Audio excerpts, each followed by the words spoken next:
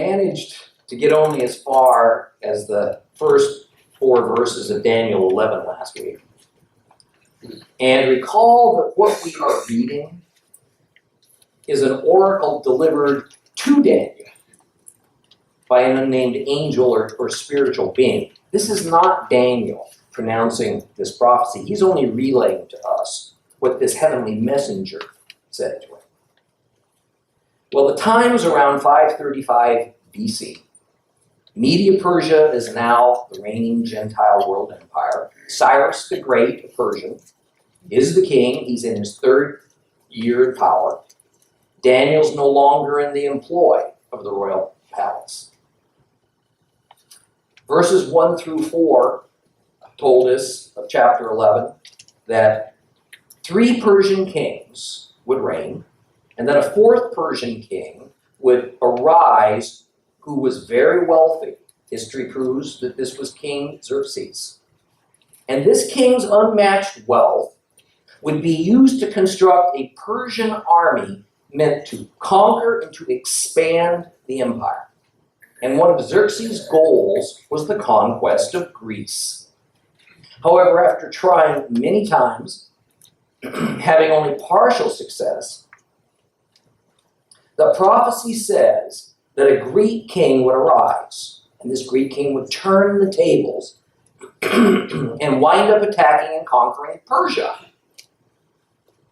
Thus, the second Gentile world empire, Media Persia, gives way to the 3rd Gentile world empire, Greece. And history proves that this victorious Greek king was Alexander the Great. He died as a very young man, 32 years old. He left behind no children, even though his wife Roxanne was pregnant with a son at the time of his death. And so, as the passage in Daniel predicts, the Greek empire was divided up into 4 districts, each one ruled by its own king. None of these rulers was a relative of Alexander's. Now, I want to spend a few minutes talking about the term Greece. What could be in the word Greece? Well, we're going to get a bit technical, but I think this is something that in the long run is going to help you to navigate the Bible. And it's important to help us understand Bible prophecy as it was originally written and intended versus how it's popularly spoken about today. As used here in Daniel, the term Greece is what's called an anachronism. That is, while hundreds of years later on, this region or this kingdom would become an empire called Greece, it wasn't at the time of Daniel.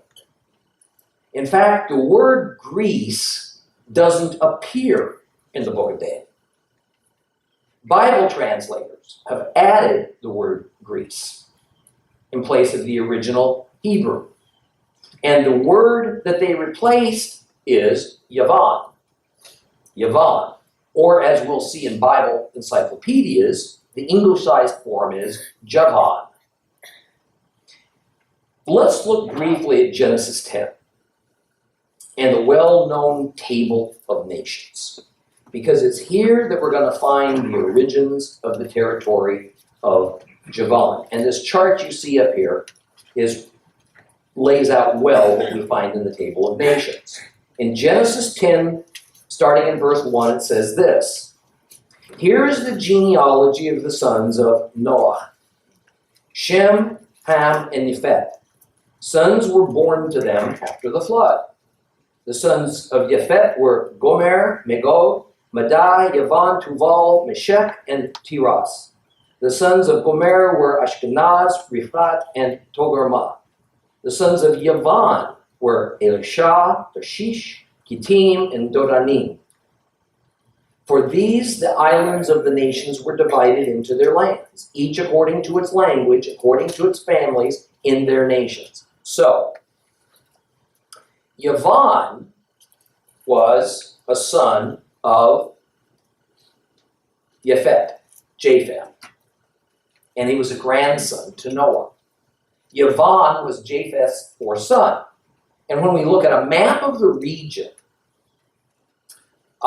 in the form of the Table of the Nations, as given in Genesis 10, it helps us to understand what the people of Daniel's day envisioned as the region that our English Bibles usually translate as Greece, at least at this point in history.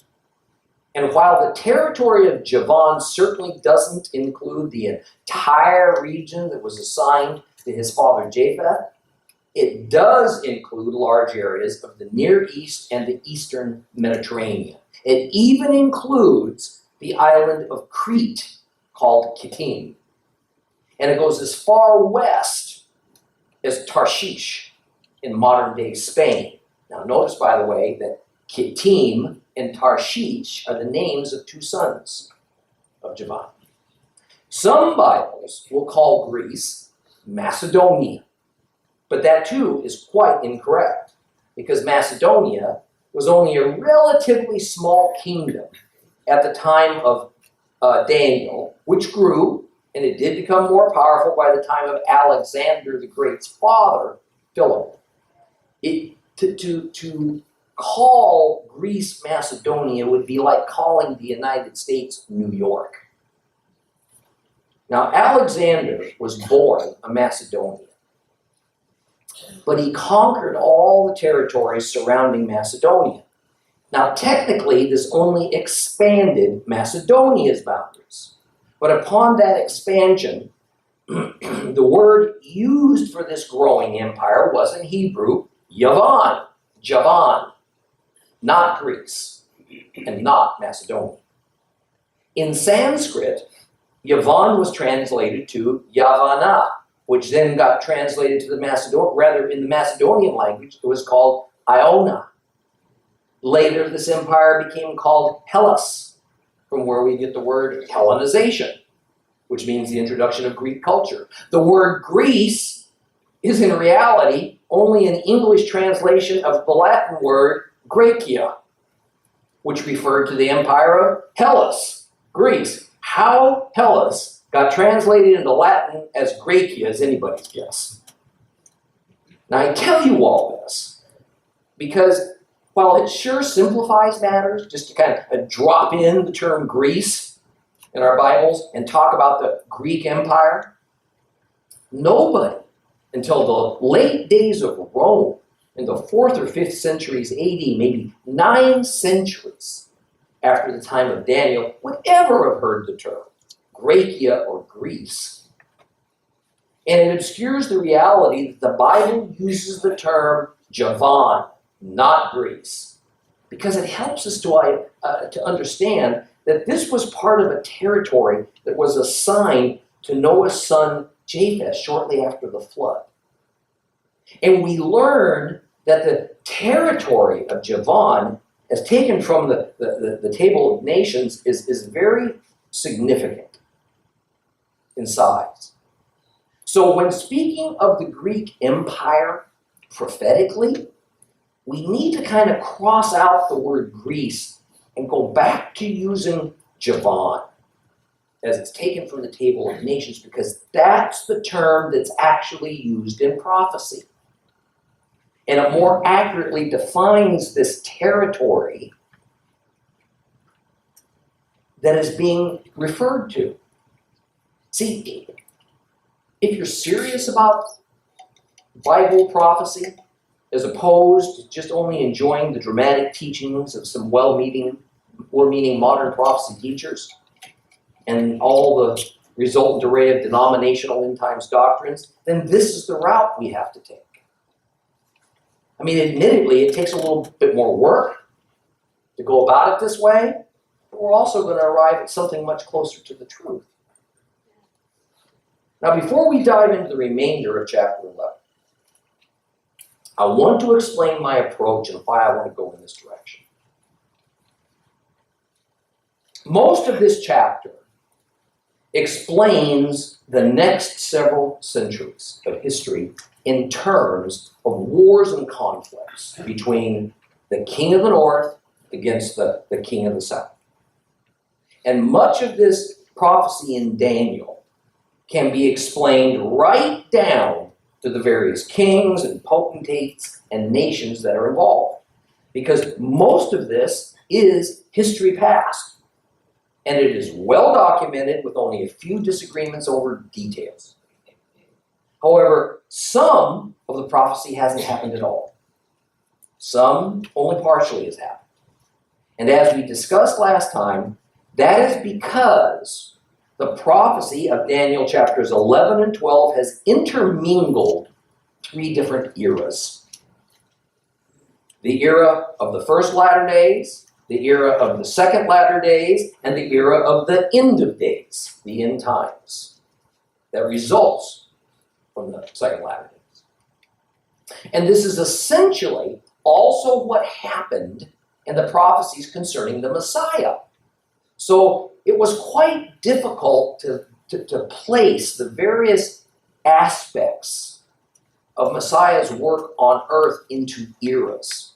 In fact, most of the ancient Jewish religious authorities saw everything that Messiah did as only concerning one era. And thus, they misunderstood Messiah's mission. So my goal is to try and untangle this prophecy of Daniel 11 and 12 and then demonstrate as best I can which of these prophetic events belong in which era. I readily admit I can't be 100% certain. And I will also tell you that God is a God of patterns. So the first playing out of these events sets the pattern for the next time they play out. The first latter days is a type and a shadow of the second latter days. Therefore, while I will necessarily have to speak of history and kings and territories, I'm going to do it in a summary fashion, or I'm going to have your eyes roll in the back of your heads. Even with this Reader's Digest version, it's a complex matter. However, it's not necessary that we approach it too deeply, as do history scholars, in order to gain a solid understanding. So with that, open your Bibles to Daniel chapter 11. We're going to reread this in sections. We're going to reread from verses 5 through 20. Daniel 11, starting at verse 5. That'll be page 1114 if you have a complete Jewish Bible.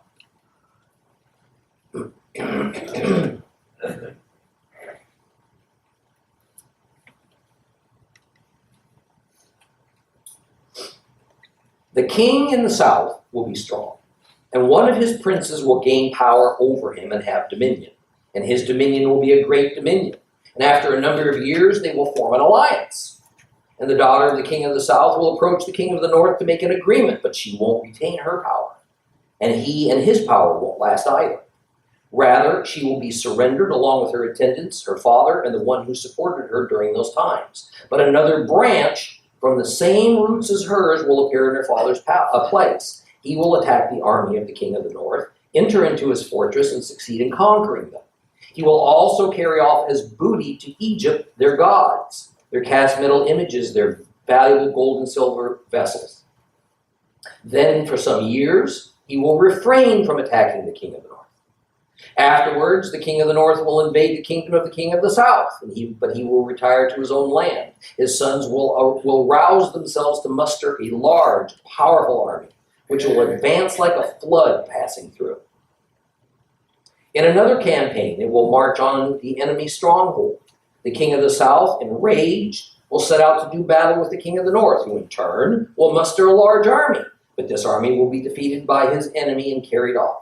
The conqueror will grow proud as he slaughters tens of thousands, yet he will not prevail. Rather, the king of the north will again muster an army larger than the first one at the end of this period after a number of years. It will be a large, well-supplied army. Those will be times in which many will resist the king of the south, and the more violent ones among your own people will rebel in order to fulfill their vision. But they will fail. Then the king of the north will come. He will set up siege works, capture a fortified city. The cities of the south will be insufficient defense. Even his elite troops will not be strong enough to resist. The invader will do as he pleases. No one will be able to withstand him, so he will establish himself in the land of glory, and he will have the power to destroy it. He will determinedly advance with the full force of his kingdom, but he will make an agreement with the king of the south and give him a daughter in marriage. His object will be to destroy him, but the agreement will not last. It won't work out in his favor. Next, he will put his attention on the coastlands and islands and capture many, but an army commander will put a stop to his outrages and cause his outrages to come back upon him. After this, he will put his attention on the strongholds in his own land, but he will stumble, fall, and not be seen again. And in his place will arise one who will send a tax collector through the glorious kingdom, but within a few days he will be broken, though neither in anger nor in battle. Now I know that's really complex, so let's take it apart. As a rule, the term south means Egypt. The term south means Egypt. So the king of the south is usually referring to the king of Egypt. Now, where this can get a little bit confusing is that we've been used to thinking of the king of Egypt as an Egyptian pharaoh. But by the time of Alexander the Great, that was no longer the case. Egypt was conquered. So there were non-Egyptian kings ruling over Egypt. Now, then the north, then, refers to the areas north of Egypt. And generally, but not entirely, to areas north of the Holy Lands. And the way we're to understand this juxtaposition is that the king of the north will constantly engage in battles with the king of Egypt. And we're going to see this throughout Daniel chapter 11. Now, historically speaking, it is well documented that when Alexander the Great died, his empire became divided into 4 districts. The Ptolemy family dynasty ruled over Egypt. The first Ptolemy to acquire Egypt and to rule over it was a fellow named Ptolemy Soter. He is the king of the south that we read about in verse 5. Ptolemy Soter. Now, the prince that eventually gained power over Ptolemy Soter was a man named Seleucus, a particularly adept general under Alexander the Great, who's now dead, of course. Seleucus at first acquired the district that was Babylon. However, in no time, a fellow named Antigonus took Babylon away from him. Seleucus fled for his life to Ptolemy down south in Egypt. Ptolemy appointed him a general in his own army, and later as allies, they were able to wrest the Babylonian district back away from Antigonus back into Seleucus' hands. Well, the Seleucus family dynasty then became the rulers of the north, and their reach and power far exceeded that of the Ptolemy family dynasty of the south. And who's the south? Egypt. Now, verse 6 says that after some undefined number of years had passed by, an alliance is formed between these warring kings of the north and the south. A daughter of the king of the south is going to be a token of this alliance. This has to be referring to marriage, which is the age-old way of sealing alliances between nations. And historically, we find that about 35 years after the death of Seleucus, who was the first king of the north, his grandson, Antiochus II, will marry Berenice, who is a daughter of Ptolemy, king of the south. However, Berenice had a rival for power, Laodice. Laodice was already a wife to Antiochus.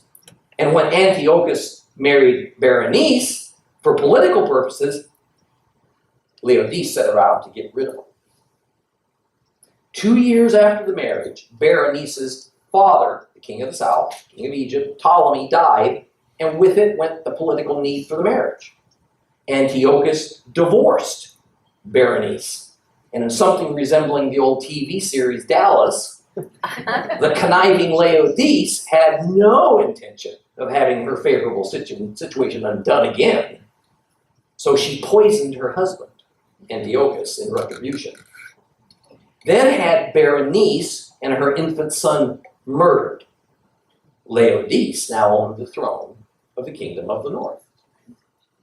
However, verse 7 explains that someone in Berenice's ancestry will regain power in the south and then come against the king of the north. Well, this reference is to another of the Ptolemy family dynasty, her brother, Berenice's brother, Ptolemy Euergetes. He takes Egypt's army, marches to the north, and in the process avenges his sister Berenice by killing the queen of the north, Laodice. Then in verse 8, we hear that the king of the south will bring fabulous booty from the north back to Egypt and have great success for years against the king of the north. The Egyptians are so awed by the success of this third Ptolemy to rule over them that they gave him the nickname of Euergetes, which means well-doer. Next, verse 9 explains that the king of the north had enough of this domination of the king of Egypt, so he took an army to attack the king of Egypt, the king of the south, but the king of the north was defeated and he retreated home. His name was Seleucus Callinicus. And he marched against Ptolemy about 240 BC, so we see a lot of times passed. Well, he was lucky to return home alive. But family being what it is, verse 10 explains that the sons of this king of the north didn't like it that their father was defeated, and so they decided to do something about it themselves. 2 sons of Seleucus Callinicus, Cyrannus and Antiochus the Great, another Antiochus, began a war campaign to recover the honor of their family. Cyrannus was killed in the process, but Antiochus the Great eventually marched upon Egypt with a huge, irresistible force of troops from the north. But according to verse 11, the king of the south doesn't take this attack line down, and so he advances to meet the king of the north in battle. It happened exactly as predicted. The next Ptolemy to rule Egypt, Ptolemy Philopator, enraged at the hubris of Antiochus the Great, organized a battle force of 70,000 infantry, 5,000 horsemen, and 73 elephants. And in response, the king of the north raised an even bigger multitude of soldiers. And when the 2 kings met in battle, Antiochus was defeated, and the king of the south, Ptolemy Philopator, won decisively. Matter of fact, according to Polybius, Antiochus lost 10,000 infantry, 300 cavalry, and 5 elephants. Not sure which pained him the most. In addition, over 4,000 of his troops were taken prisoner.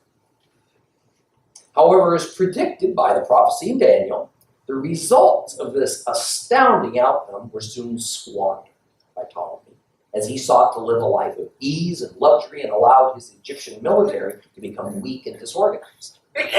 Therefore, verse 13 prophesies that the king of the north, Antiochus, shall gather another multitude, even more formidable than the one before, and begin to attack the king of Egypt. This happened. It was about 13 years later, and Ptolemy Philopator was now dead. His only heir, a son, was only 4 years old. The king of the north, Antiochus the Great, was nothing if not persistent. He had created an alliance now with Philip, the king of Macedonia, and also with some rebel factions in Egypt who wanted to effect a political change in Egypt. So in verse 15, the prophecy is that the king of the north, now feeling powerful again, would restart up his war against Egypt, beginning with capturing a fortified city. Records indicate that this was probably the city of Sidon. However, it might have been Gaza, much further to the south. Anyway, Ptolemy, king of Egypt, reacted by sending his best general, Scopas, to try and recover his lost territory. He failed. Verse 16 now tells us of the downfall of the king of the north. That great Bible commentator, Dr. Keel, puts it this way. Having reached the height of victory, Antiochus the Great falls under the dominion of pride and of haughtiness, by which he hastens his own ruin and overthrow. It talks about the land of glory here in this passage. The land of glory means the Holy Lands, and that is where Antiochus' forces will surrender. But then in verse 17, it says that Antiochus is going to give a daughter to the king of the south in order to seal a treaty. That daughter is Cleopatra, who was given to Ptolemy. This is not the same Cleopatra as in Hollywood movie fame. However, the marriage couldn't be finalized for several years because it wasn't sexually consummated. And that's because this particular Ptolemy that Cleopatra was given to, well, that little boy was only 7 years old. No doubt, Antiochus' hope was that by using his daughter Cleopatra, he could infiltrate and then heavily influence this child that she had married. It didn't work. Cleopatra sided with her child husband and worked against her father, Antiochus the Great. Well, verse 18 explains how Antiochus suffered yet another defeat, but this time it was brought about by a new player in the region, Rome.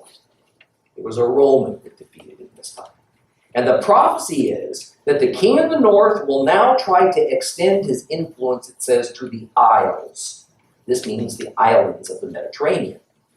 And sure enough, history reveals that a Roman magistrate named Lucius Asiaticus defeated Antiochus' forces. This was a huge humiliation for Antiochus, as his forces should have been far superior to those that these islands could have mustered. But then verse 19 speaks of the end of the power of the king of the north. Indeed, Antiochus returned home, a defeated, a humiliated king, and now he was vulnerable. So he spent the next few years merely trying to keep hold of his throne. We hear no more of him now after this time. Now I want to stop and take a breath as we move quickly through history, because I don't want us to miss an important point. Everything in chapter 11 is described to us as future events today. These are things that when this was written was yet to happen. There's no verb confusion. There's no misunderstanding of tenses here. Everything we read was to happen well after the time of Daniel. Therefore, for even those conservative and fundamental Christian scholars who have fallen prey to the seminary teaching that the book of Daniel was written around the time of Antiochus Epiphanes, which was around 165 BC, there's a problem. Because if the writer of Daniel actually lived after the time of all these events that I've just described to you, then he is one king-sized liar. Isn't he?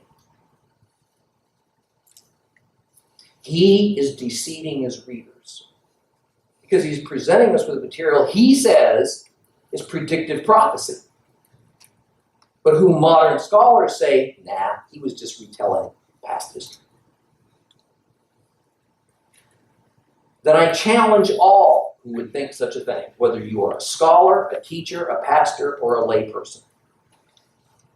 If you believe this, why do you keep Daniel a book of deception in your Bibles? But even more, Christ himself upholds Daniel over and over again, often quoting him, even referring to Daniel by name in the book of Matthew. Then for us to accept that Daniel was not written in the 6th century BC as the writer purports, but rather in the 2nd century BC, and then that the supposed prophecy is not prophecy at all, this destroyed Jesus' personal credibility. It makes the New Testament Gospels based on nonsense. And that has been the intent all along with these liberal scholars who've taken over our commentaries, our Bible colleges, and our seminaries. I say in the strongest possible language that they are wolves in sheep's clothing, and I am appalled that some of our most respected Christian teachers and leaders have ignorantly accepted such garbage, and they regurgitate it to their students and to their congregations without so much as a thought about the repercussions of these false statements. This is the result of learning and teaching man-made doctrines instead of learning God's Word. Daniel 11:20 says that in place of the king of the north, a new king is going to appear. And he's going to send an extractor, probably meaning a tax collector. He's going to send him throughout the glorious kingdom again, the Holy Land. And historically, we find that Antiochus the Great was replaced by Seleucus Philopator. He sent his prime minister, Heliodorus, to seize the temple treasury in Jerusalem. However, for some reason, he didn't go. Legend is that an apparition appeared to him and warned him not to do it. And he didn't. Almost immediately thereafter, Seleucus Philopator mysteriously died. And ancient records say Heliodorus poisoned him. Well, at this point, we arrive at the time of the infamous king of the north, Antiochus Epiphanes. This is the fellow that is at the heart of the book of Maccabees, the one who defiled the temple and essentially attempted to kill off biblical Hebrewism. Now, please note that we've been encountering a lot of repeating of family names. Don't think I'm repeating or rearranging these names in history. See, just as families today will reuse names generation after generation, it's always been that way. And especially when reading the Bible or when deciphering ancient documents, sometimes it can be difficult to place persons sharing a common name into their proper historical order. So, let's move on now and reread another portion of Daniel 11. We'll start reading at verse 21 and go through 39. This will be starting on page 1115 if you have a complete Jewish Bible. Daniel 11, starting at verse 21.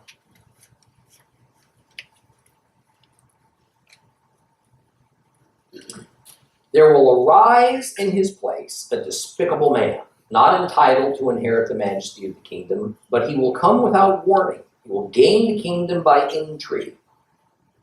Large armies will be broken and swept away before him, as well as the prince of the covenant. Alliances will be made with him, but he will undermine them by deceit. Then, although he will have but a small following, he will emerge and become strong. Without warning, he will assail the most powerful men in each province and do things his predecessors never did, either recently or in the distant past. He will reward them with plunder, spoil, and wealth while devising plots against their strongholds, but only for a time. He will summon his power and courage against the king of the south with a great army, and the king of the south will fight back with a very large and powerful army, but he will not succeed because of plots devised against him. Yes, those who shared his food will destroy him, His army will be swept away, and many will fall in the slaughter. These two kings bent on mischief will sit at the same table, speaking lies to each other. But none of this will succeed, because the appointed end will not have come yet. Then the king of the north will return to his own land with great wealth. With his heart set against the holy covenant, he will take action and then return home. At the time designated, he will come back to the south. But this time, things will turn out differently than before, because ships from Kittim will come against him, so that his courage will fail. Then in retreat, he will take furious action against the Holy Covenant, again showing favor to those who abandon the Holy Covenant. Armed forces will come at his order and profane the sanctuary and fortresses. They will abolish the daily burnt offering, set up the abomination that causes desolation. Those who act wickedly against the covenant, he will corrupt with his blandishments. But the people who know their God will stand firm and prevail. Those among the people who have discernment will cause the rest of the people to understand what's happening. Nevertheless, for a while, they will fall victim to the sword, fire, exile, and pillage. And when they stumble, they will receive a little help, although many who join them will be insincere. Even some of those with discernment will stumble, so that some of them will be refined, purified, and cleansed for an end yet to come at the designated time. The king will do as he pleases. He will exalt himself and consider himself greater than any god. He will utter monstrous blasphemies against the God of gods. He will prosper only until the period of wrath is over, for what has been determined must take place. He will show no respect for the gods his ancestors worship, or for the God women worship. He won't show respect for any god, because he will consider himself greater than all of them. But instead, he will honor the God of strongholds. With gold and silver and precious stones and other costly things, he will honor a God unknown to his ancestors. He will deal with the strongest fortresses with the help of a foreign god. He will confer honor on those he acknowledges, causing them to rule over many and distributing land as a reward.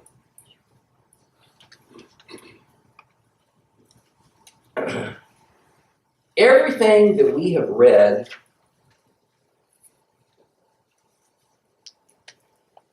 until verse 21 is connected to the first latter days. Important to know it.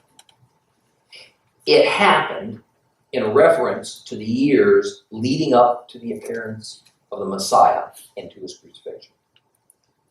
That is not to say that a king or kings of the south and a king or kings of the north will not engage in battle once again in the second latter days. However, starting in verse 21, we can definitely begin to see an overlap. That is, what is happening occurs in both the first and the second latter days. This is where the untangling of prophecies and placing them in their proper eras starts to get a little more challenging. And by definition, there will be opinion involved. Hopefully well-founded opinion. This despicable man of verse 21 is Antiochus Epiphanes, but is also very likely representative of the future Antichrist. Antiochus Epiphanes was the Adolf Hitler of his era. This was not a misguided or a manipulated or a misunderstood name. He was incorrigible and he was wicked. In the mid-1800s, the Bible commentator Moses Stewart had this to say about Antiochus Epiphanes that sets the historical tone for this man of infamy. It says this: Epiphanes was one of the most extraordinary characters exhibited on the pages of history. He was both avaricious and prodigal, excessive in his indulgences and prone to violent passions. A compound of the various folly and weaknesses in some respects, and of great cunning and dexterity in some others, and especially to flattery. At one period of his reign, there was a prospect of his becoming quite powerful. But reverses came upon him, and he died at last nearly as his father had done before him, and on the like occasion. Indeed, his extravagances and follies and cruelty were so great that his contemporaries gave him the nickname of Epimanes, which means madman. But he gave himself instead the title of Epiphanes, which means illustrious. Now, we must pay attention to the life and to the character and to the choices of Antiochus Epiphanes, because the Antichrist will be patterned after them. And he will take them to a heretofore unimaginable level.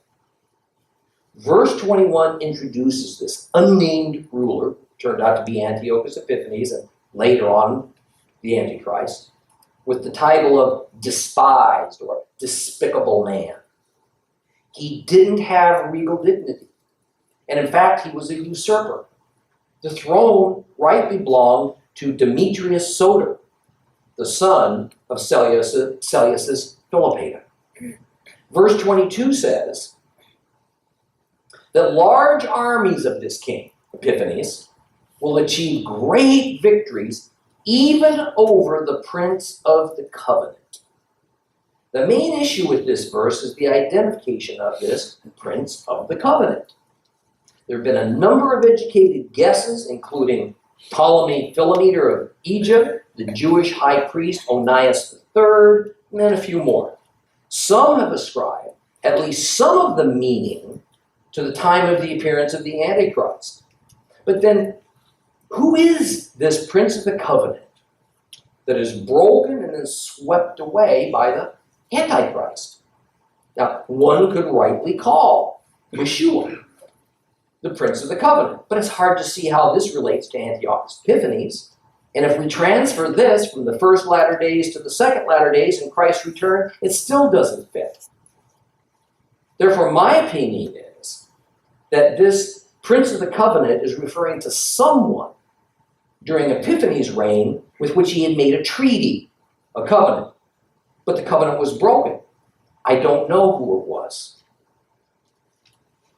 Verse 23 seems to continue, speaking about this Prince of the Covenant, but with whom this king, Epiphanes, was deceitful.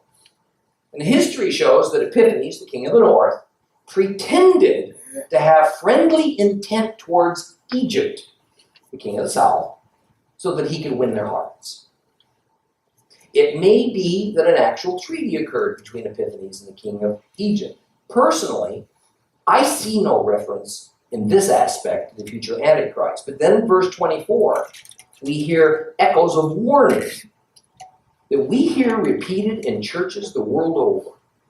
Echoes taken from the book of Ezekiel about something that's going to happen in the second latter days, the latter days that are ahead of us.